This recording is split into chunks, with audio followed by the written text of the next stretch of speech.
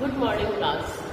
कल हमने political science की जो यूनिट 2 थी पार्ट ए की वो कंप्लीट कर ली थी। उसमें 3 चैप्टर थे जिसमें राजनीतिक संस्कृति थी, राजनीतिक सहभागिता थी और राजनीतिक समाजीकरण था।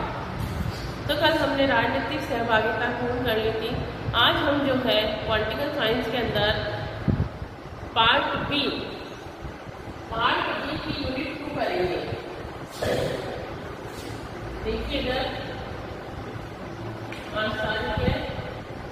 8 और इसकी हम पार्ट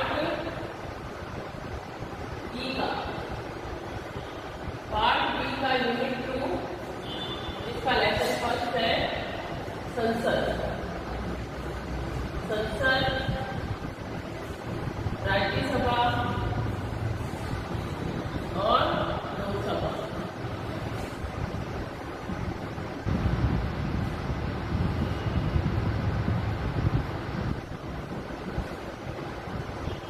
ये हमारे लेसन का नाम है। अगर हम यूनिट की बात करें तो ये इकाई है, यूनिट है, उसका नाम है भारत में शासन। भारत में शासन।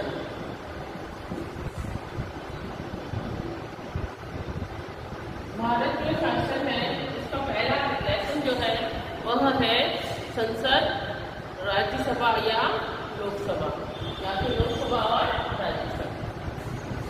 तो इसके अंतर्गत सबसे पहले हम पढ़ेंगे संसद। कि संसद क्या होती है, संसद के क्या काम है, संसद का क्या अर्थ है ना। संसद को इस देश में क्या कहा जाता है। तो सबसे पहले हम संसद के बारे में इसकी भूमिका को जानेंगे और समझेंगे। तो देखिए संसद जो है किसी भी देश की, अगर हम बात करें संपूर्ण विश्व की, तो किसी भी देश की लोकतांत्रिक शासन में सरकार के 3 अंग होते हैं। आपको पता ही है सरकार के कितने अंग होते हैं भाई? 3 अंग होते हैं सरकार के अंग, जिसके अंतर्गत सबसे पहला अंग होता है व्यवस्था। क्या होता है भाई? व्यवस्थापिका। दूसरा होता है कार्यपालिका और तीसरा होता है न्यायपालिका।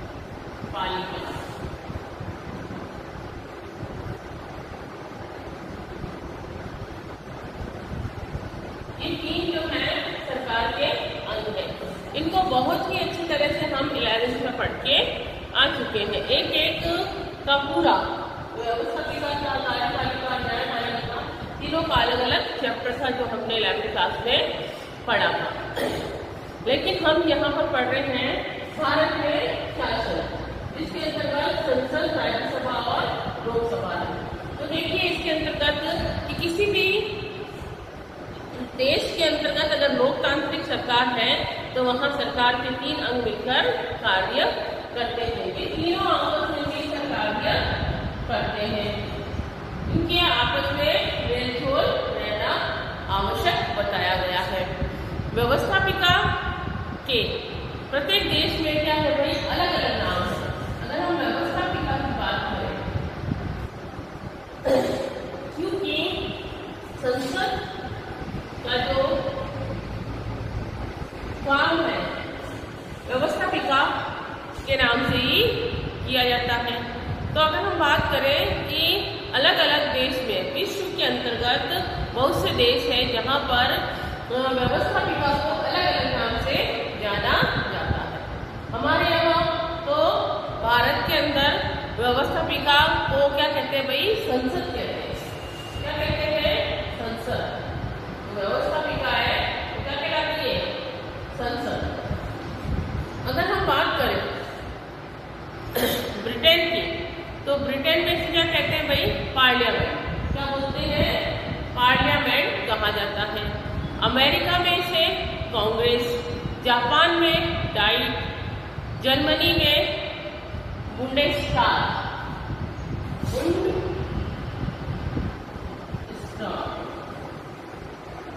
ये कहाँ कहा जाता है मेरी से? जर्मनी के अंदर इसे बुंडेस्टाग कहा जाता है। जर्मनी में इसका नाम बुंडेस्टाग है। ठीक है। ब्रिटेन में इसे क्या कहते हैं? पार्लियामेंट। जबकि संयुक्त राज्य अमेरिका में इसे कांग्रेस, जापान में डायट और जर्मनी में बुंडेस्टाग कहा जाता है इसे। और भारत के अंदर या फिर अफगानिस्तान में इसे क्या कहते हैं? सूरा। क्या कहते हैं? सूरा।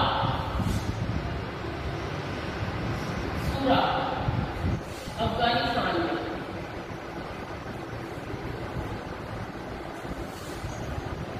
अफगानिस्तान में क्या कहा जाता है? सूरा।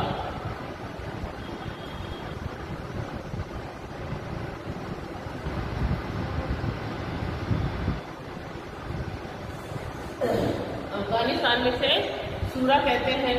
और वहीं इराक में इसे क्या कहते हैं? मजलिस।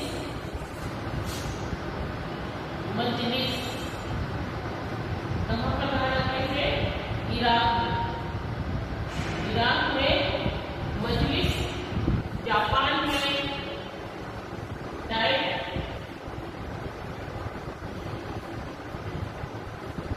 अमेरिका में कांग्रेस, ब्रिटेन में पार्लियामेंट।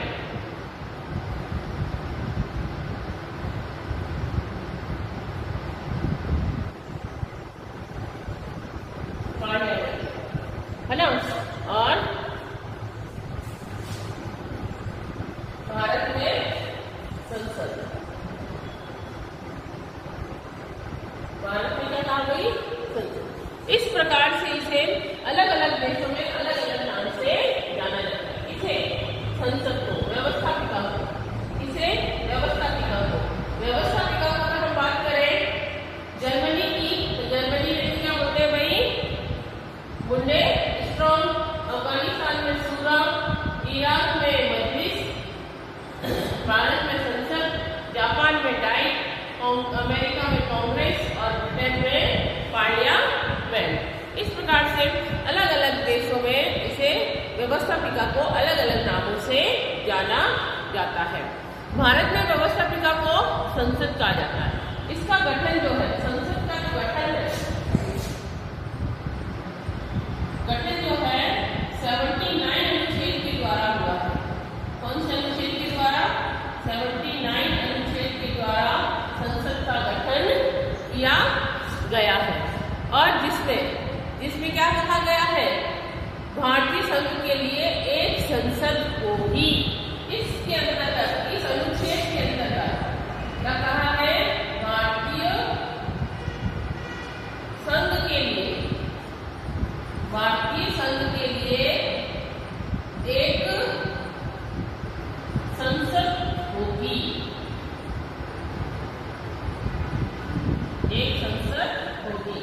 इसके लिए भाई भारतीय संघ के लिए एक संसद का निर्माण किया जाएगा। जिसे कौन चलाएगा? संसद को चलाएगा राष्ट्रपति और संसद के दोनों सदन। दोनों सदन कौन से भाई? राज्यसभा और लोकसभा। राज्यसभा प्लस लोकसभा। संसद के निर्माण की अगर हम बात करें तो संसद का जो गठन किया गया है वह 79 अनुच्छेद के द्वारा इसका गठन किया है। और इसमें कहा गया है भारतीय संघ के लिए एक संसद होगी और इसे चलाने का कार्य राष्ट्रपति और संसद के दोनों सदन, राज्यसभा प्लस लोकसभा मिलकर करेंगे। इन दोनों के द्वारा राष्ट्र क्या बनेगी भाई? सदनों को मिलकर कार्य करने की अनुमति है, जिसे राज्यसभा और लोकसभा होंगे। इस प्रकार अगर हम राष्ट्रपति भारतीय संघ की कार्यपालिका का संवैधानिक प्रमुख होने के साथ संघ की व्यवस्थापिका अर्थात संसद का भी अभिन्न अंग होता है। अगर हम कार्यपालिका की बात करें तो जो राष्ट्रपति है वह कार्यपालिका का क्या होता है भाई? राष्ट्रपति कार्यपालिका का संवैधानिक प्रमुख होता है। राष्ट्रपति कार्यपालिका का संवैधानिक प्रमुख माना गया है। सारे कार्य किसकी सहमति से होते हैं? राष्ट्रपति की सहमति से होते हैं। कार्यपालिका का जो है वो राष्ट्रपति क्या होता है भाई? संवैधानिक प्रमुख होता है, लेकिन साथ ही साथ इसको व्यवस्थापिका का भी अभिन्न अंग माना गया है। संसद के अंदर व्यवस्थापिका का भी क्या भाई? अभिन्न अंग कहा जा सकता है। यह व्यवस्था जो है वह संसदीय शासन प्रणाली के अनुरूप है। हमारे देश की जो व्यवस्था है वह किसके अनुरूप है? संसदीय शासन प्रणाली के। अनेक लोगों का यह मत है कि भारत के अंदर जो है वह लोकतंत्र एवं संसद के रूप में प्रतिनिधि जो संस्था है की स्थापना ब्रिटिश शासन की देन है। कि हमने जो ये व्यवस्था ली है ना, राष्ट्रपति, राज्यसभा, लोकसभा, ये किसकी देन है? ब्रिटिश यानी अंग्रेज ना, इंग्लैंड की देन मानी जाती है, लेकिन ये सत्य नहीं है। ये पूर्ण रूप से अगर हम इसका विश्लेषण करें तो हमें प्राप्त होगा कि जो ये बात कही गई है इस बुक के अंदर कि हमारे देश की जो व्यवस्था है, शासन व्यवस्था, वह किसकी देन है? ब्रिटिश की देन है। तो ये पूर्ण रूप से सत्य नहीं है, क्योंकि प्रतिनिधि निकाय तथा लोकतांत्रिक स्वशास्त्रीय संस्थाएं भारत में जो है वो प्राचीन काल से चली आ रही है। कोई ये अभी की देन नहीं है। ये जो है प्राचीन काल की बात है, जब महाजनपद काल हुआ करता था, है ना, उस समय की बात है। और इसकी जो वर्णन है, इसका जो उल्लेख है वो हमें कहाँ मिलता है? ऋग्वेद में मिलता है। कहाँ पे मिलता है भाई? ऋग्वेद में। ऋग्वेद में भी क्या था भाई? दो संस्थाएं। ऋग्वेद के अंदर आपने हिस्ट्री में पढ़ा होगा भाई, ऋग्वेद में शासन संचालन के लिए क्या किया जाता था? सभा और समिति का गठन किया जाता था। किसका? सभा और समिति। सभा और समिति का गठन किया जाता था, जिसे क्या कहा गया? प्रजापति की पुत्रियां भी कहा जाता था। ये शासन व्यवस्था जो है ये हमारे प्राचीन काल से ही हमारे देश में विद्यमान थी, जिसका वर्णन ऋग्वेद में मिलता है और इन्हें सभा और समिति के नाम से जाना जाता है। तो इसलिए यह कहना उचित नहीं होगा कि हमारे देश की जो शासन व्यवस्था है वो कहाँ से ली गई है? ब्रिटिश शासन से ली गई है। अगर हम बात करें सभा और समिति की, तो सभा और समिति में आधुनिक रूप जो है वह है लोकसभा को क्या कहते हैं? लोकसभा। और समिति को क्या कहते हैं? राज्यसभा। इसका नाम परिवर्तित करके अब क्या कर दिया गया है? राज्यसभा और लोकसभा कर दिया गया है। आधुनिक संसद की जो शुरुआत है वह इन्हीं के द्वारा मानी गई है। समिति जो होती थी वो क्या है गई? आधुनिक समय की क्या कही गई है? लोकसभा कही गई है। समिति जो कही गई है वो लोकसभा कही गई है और सभा राज्यसभा कही गई है। इस प्रकार से तो जो समिति है, समिति आधुनिक लोकसभा के सदृश्य है।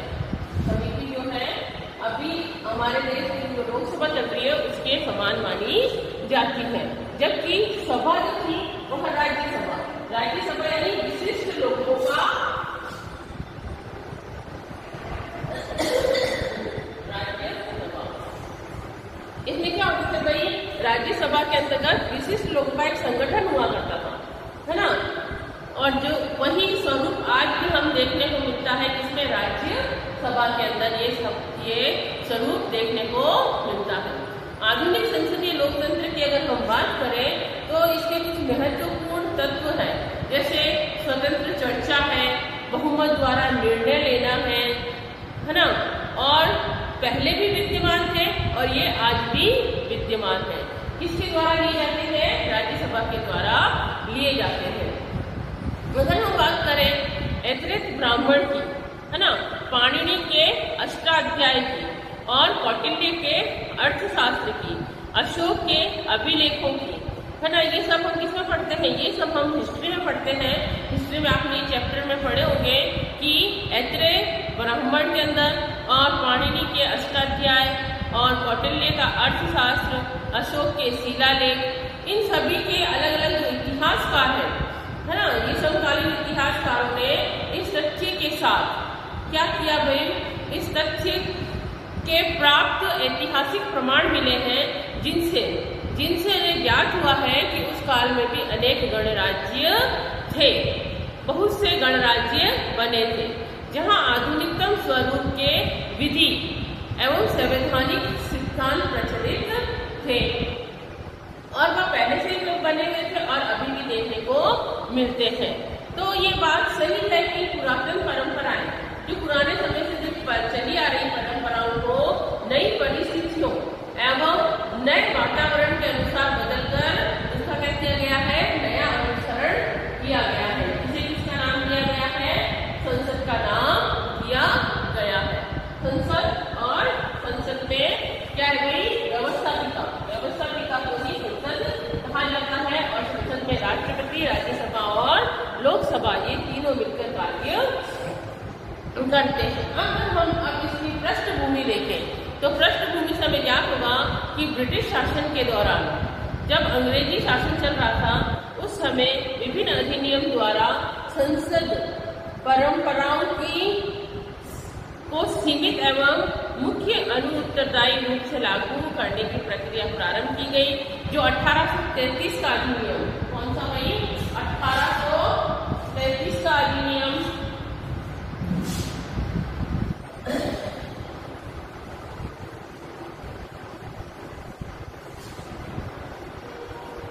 जिसमें ब्रिटिश के अंतर्गत अलग अलग अधिनियम बनाए गए थे, जिसमें से 1833 का अधिनियम था, 1909 का था, 1919 का था और 1935 का था। तो इस प्रकार से अलग अलग अधिनियम बनाए गए थे। तो 1835 के चार्टर अधिनियम से लेकर 1935 तक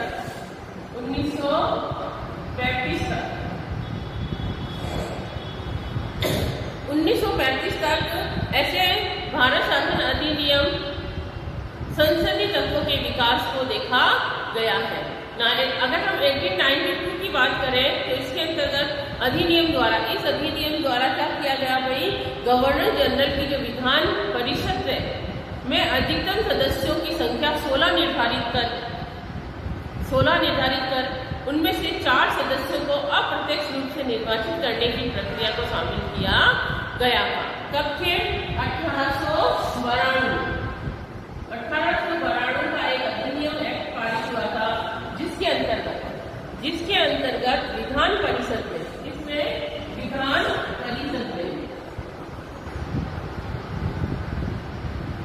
विधान परिषद के अंतर्गत क्या था भाई? 4 सदस्यों को अप्रत्यक्ष रूप से, विधान परिषद में 4 सदस्य होते थे, उन 4 सदस्यों को अप्रत्यक्ष रूप से, कैसे? अप्रत्यक्ष, जैसे राष्ट्रपति का चुनाव होता है ना, उस प्रकार से अप्रत्यक्ष रूप से क्या किया गया भाई? निर्वाचित प्रक्रिया में शामिल किया गया। इसमें सदस्यों की संख्या कितनी थी भाई? इसके अंतर्गत 92 के अंतर्गत 16 सदस्य थे, है ना। 16 सदस्यों में से विधान परिषद के 4 सदस्यों को अप्रत्यक्ष रूप से निर्वाचित किया गया है, निर्वाचित करने का अधिकार दिया गया, निर्वाचित करने की प्रक्रिया में से शामिल कर दिया गया। फिर आया 1909 का अधिनियम, जिसमें क्या कहा गया भाई? इस अधिनियम में कहा गया कि अधिकतम सदस्य संख्या 60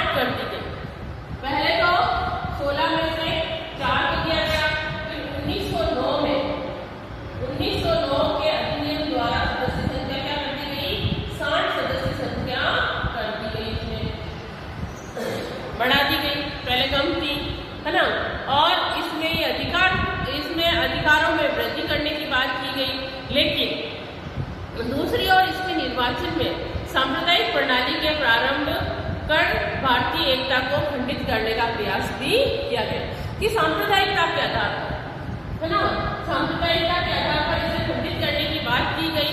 तो एक अधिनियम आया, एक और 1919 का अधिनियम। कौन सा अधिनियम? 1919 का अधिनियम। इस अधिनियम के द्वारा क्या कहा गया भाई कि केंद्रीय स्तर पर एक संसदीय विधान परिषद के स्थान पर द्विसदनीय विधानमंडल बनाया जाएगा। केंद्रीय स्तर पर 1919 के अधिनियम के द्वारा केंद्रीय स्तर पर क्या किया गया?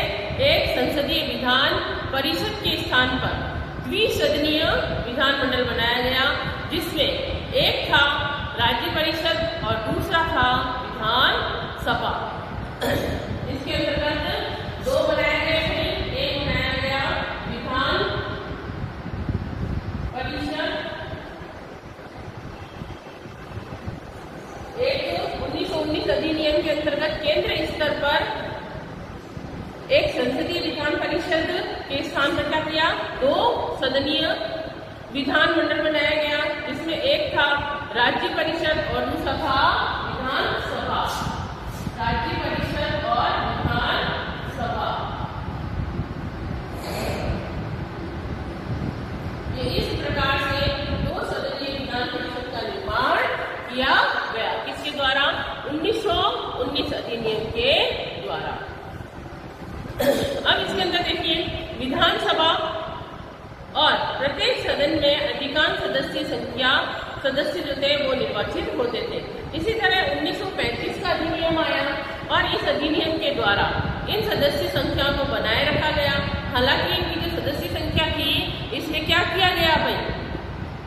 इसकी जो सदस्य संख्या और अधिकारों में पर्याप्त बढ़ोतरी भी की गई, जो आवश्यक थी उसकी बढ़ोतरी की गई। फिर भी उत्तरदायी शासन का जो रूप था वो अब भी खंडित ही दिखाई दे रहा था कि पूर्ण रूप से अभी भी इसके भले ही सदस्यों में वृद्धि कर दी गई हो मांग के अनुसार, समय की मांग के अनुसार, लेकिन फिर भी यह जो था पर्याप्त नहीं था। ऐसा बहुत से शासन का जो स्वरूप था उसमें दिखाई देने लगा कि हमारा जो 1935 का नया अधिनियम बना उसमें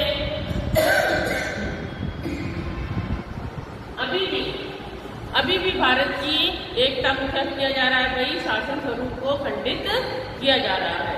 तो मतदाता की संख्या समिति के संपत्ति के आधार पर बहुत सीमित थी। केवल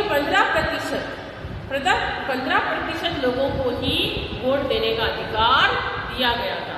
मतदान सांप्रदायिकता और व्यवसायिक आधार पर विभिन्न वर्गों में क्या कर दिए गए थे भाई? बांट दिए गए थे कि मतदान किसको किया जाएगा, मतदान कौन करेगा। मतदान करने के लिए सांप्रदायिक और व्यवसायिक आधार पर क्या कर दिया गया था भाई? इनका अलग अलग वर्गों में को बांट दिए था।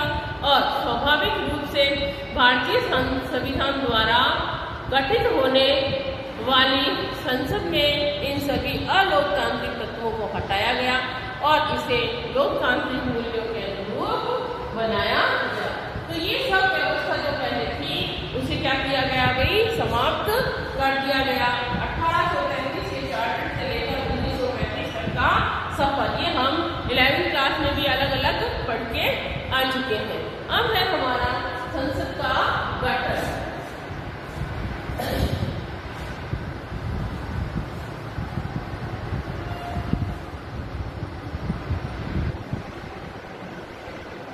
संसद का गठन किस प्रकार से होता है? तो देखिए, संसद के गठन की बात करें तो हमें जैसा कि पहले से ही पता है कि इसके अंतर्गत बताया गया है कि संसद का गठन जो है संविधान के अनुच्छेद इसमें भाई 79 में किया गया है, जिसके अनुसार क्या है भाई? इसके अनुसार संसद के गठन में राष्ट्रपति प्लस राज्यसभा प्लस लोकसभा, ये तीनों मिलकर क्या करते हैं भाई? संसद का गठन करते हैं। राष्ट्रपति जो है, राष्ट्रपति के व्यवस्थापिका के अंग होने के नाते क्या क्या कार्य होंगे, है ना? इसका उल्लेख राष्ट्रपति की विधायी शक्तियों के अंतर्गत किया गया है। अतः हम यहाँ पर क्या पढ़ रहे हैं, संसद की प्रक्रिया और दोनों सदन के गठन के कार्य और शक्तियों का अध्ययन करेंगे। यहाँ पर हम राष्ट्रपति को पढ़ेंगे, राष्ट्रपति का अलग से कैसा है वो पढ़ेंगे। अभी हम जो है वो पढ़ेंगे राज्यसभा और लोकसभा की क्या भाई कार्य और शक्तियां। राज्यसभा और लोकसभा की जो कार्य और शक्तियों का अध्ययन करेंगे। तो इसके अंतर्गत देखिए कि संसद सदस्य होने की योग्यता है कि संसद का सदस्य बनने के लिए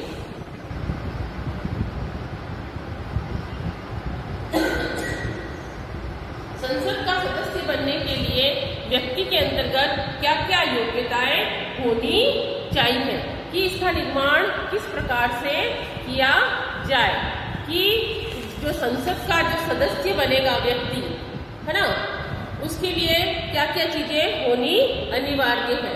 तो देखिए सबसे पहले तो ये बात है इसके अंतर्गत कि वह भारत का नागरिक होना चाहिए। जो भी व्यक्ति संसद के सदन का दोनों में से किसी भी सदन का सदस्य बनता है तो वह भारत का नागरिक होना चाहिए। और लंबे समय से देश की ये मांग की जाती है कि देश का सर्वोच्च पद पर जन्मजात भारतीय ही आसीन हो, कि वहां पर जो राज्यसभा या लोकसभा का जो सदस्य बन रहा है वह भारत का सदस्य ही होना चाहिए। ऐसा कई देशों में प्रावधान है, यद्यपि भारत में के संविधान में ऐसा अभी तक उल्लेख नहीं किया गया है। दूसरा जो है इसमें उसे राज्यसभा के स्थान पर, राज्यसभा के स्थान के लिए अगर वो राज्यसभा के लिए चुनाव में खड़ा हो रहा है तो उसको 30 वर्ष की आयु पूरी होनी चाहिए, और लोकसभा के लिए खड़ा होता है तो उसे 25 वर्ष की आयु पूरी होनी चाहिए, है ना। और उसके पास ऐसी योग्यताएं होनी चाहिए जो संसद ने निर्धारित की हैं। इसके अलावा वह विकृत यानी पागल या फिर दिवालिया घोषित नहीं होना चाहिए। कोई भी व्यक्ति एक समय में संसद के दोनों सदनों का सदस्य नहीं हो सकता, राज्यसभा और लोकसभा दोनों का सदस्य नहीं हो सकता, किसी एक का सदस्य ही रह सकता। अगर कोई व्यक्ति अधिकतम दोनों ही स्थानों से लोकसभा का चुनाव लड़ रहा है तो दोनों स्थानों से निर्वाचित हो जाता है, तब वह क्या करेगा भाई, 1 माह के भीतर उसे एक स्थान जो है वो खाली करना पड़ेगा। ऐसा प्रावधान संविधान की 10वीं अनुसूची के अनुसार किया गया है, जिसमें दल बदल की प्रवृत्ति का दोष पाया गया और इससे इस दोष को देखते हुए इसके अंतर्गत जो सदस्यता थी उसे बर्खास्त किया गया, समाप्त किया गया। इसके अलावा संसद के चुनावी अपराध व चुनाव में भ्रष्ट आचरण व दोषी पाए जाने पर उसे क्या किया जाएगा भाई, उसको उसकी सदस्यता से बर्खास्त कर दिया जाएगा, हटा दिया जाएगा। संसद सदस्यों की योग्यताओं और निर्योग्यताओं के संबंध में भी उल्लेख है कि उसकी जो शैक्षणिक योग्यता है, उसकी जो शिक्षा है वह उसको आवश्यक नहीं समझा गया है। जबकि राजस्थान सहित अनेक राज्य हैं जिसमें स्थानीय स्वशासन की अगर हम बात करें, उसके अंदर अगर चुनाव होते हैं तो उसके लिए कुछ न्यूनतम शैक्षणिक योग्यता रखी गई है।